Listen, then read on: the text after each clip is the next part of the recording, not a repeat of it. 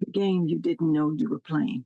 What if I told you you are not living a life, you are playing a game? And the difference between those two things, between someone who lives a life and someone who plays a game, is everything.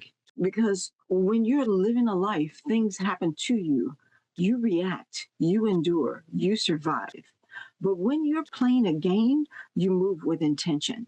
You read the board, you make choices, and you start to realize you have way more power than you thought. Welcome back to Life by Desire. I'm Renetta, former trauma surgeon, entrepreneur, and someone who has spent a significant part of my life figuring out how consciousness, manifestation, and the laws of the universe actually work.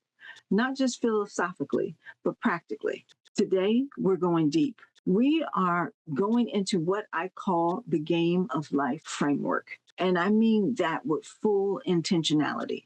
Not life is a game as a throwaway phrase.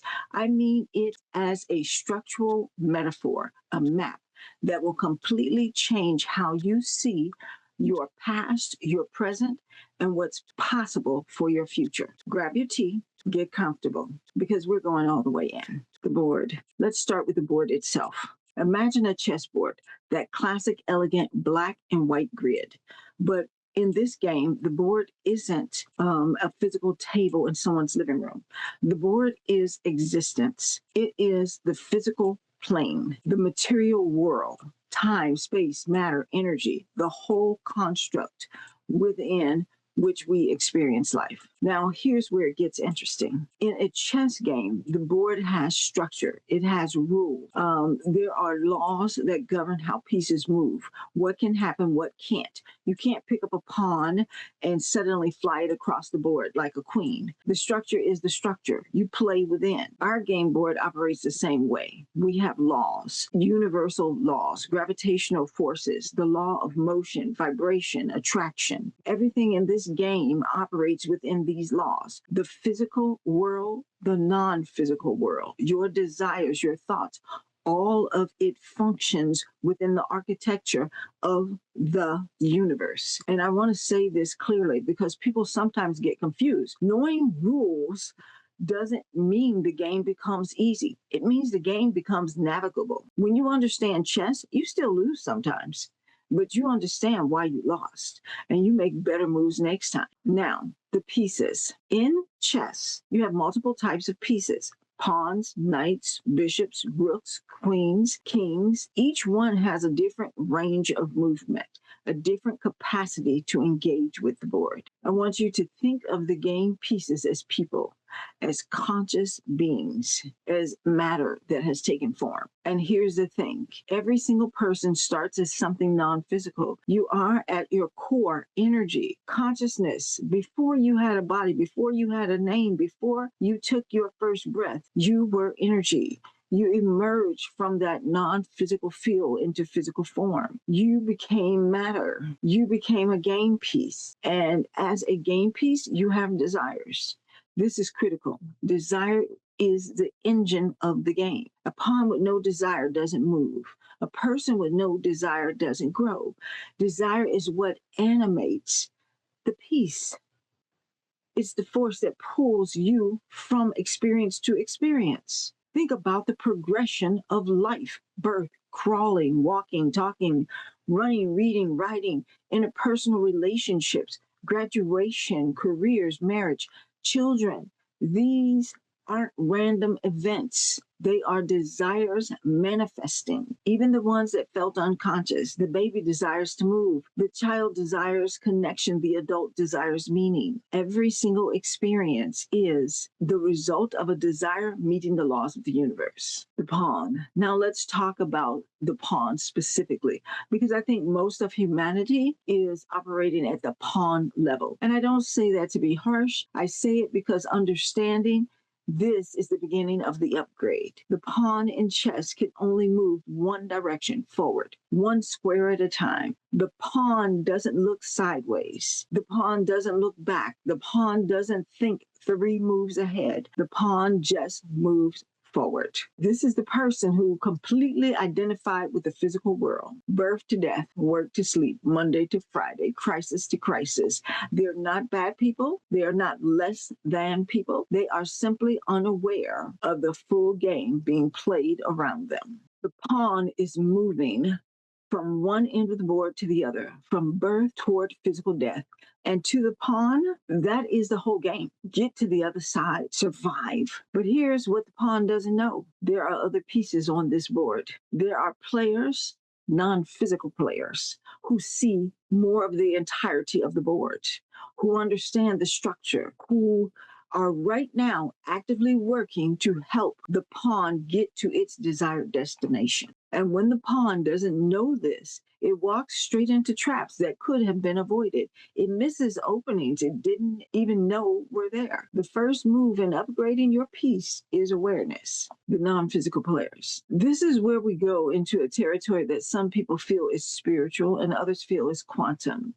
And honestly, I think both are describing the same thing from different angles. In this game, there are non-physical players. There are ancestors, consciousness, angels, God, the universe, source. Call it whatever resonates with you. The label doesn't matter that much. It matters less than the function. These non-physical players operate at energetic level. They see the board far more completely, the past, the present, and many possible futures. They are not limited by the physical plane perception. They are not limited by time, by space, by what the human eye can see. And they are engaged. They are not passive observers. They are actively participating in the game. But this is crucial. They cannot assert. They cannot make you move. They cannot override your free will. They cannot answer a question you have not asked. They cannot give you a download you are not open to receive. The law of the game is no assertion. They guide, they signal, they create openings, passageways. They send the right person at the right time. They create rendezvous. They produce the synchronicities. They amplify the intuition. But you have to be open to receive it. Think of it like this. You have a master chess coach sitting right beside you, brilliant, experienced, can see 5 moves ahead. But if you're not looking at them, if you're not even aware they're there, if you refuse to pause and listen, they cannot force their wisdom into your brain. The non-physical players are always playing. The question is whether your piece is tuned in enough to feel the moves they're facilitating. The upgrade from pawn to knight. So how does the piece upgrade? In chess, a pawn that reaches the other side of the board can be promoted. It can become any piece it wants. It can become a queen, the most powerful piece on the board. In life, the equivalent of promotion is consciousness expansion. When a person begins to ask deeper questions, why am I here? What do I really want? Is there more to this than what I can see? They begin to shift their piece's range of movement. They become a knight. The knight moves in an L shape. It can jump over other pieces. It doesn't move in a straight line. And that's exactly what it looks like when a person starts working with intuition, synchronicity, and non-physical guidance. Their life stops looking linear. They make leaps. They bypass obstacles that would have stopped a pawn cold. Then the bishop, then the rook, then the queen. Each upgrade represents a deeper awareness of a deeper engagement with the non-physical component of the game. The queen is a conscious creator, fully awake, moving in any direction, connected to the non-physical, not just as a concept, but as a collaborator. That is the game. That is the journey. The game is never ending. When matter ceases to have desires, when matter ceases to have desires, when you cease to have desires, it returns to the energy state, the dust to dust. And that energy, that consciousness continues to play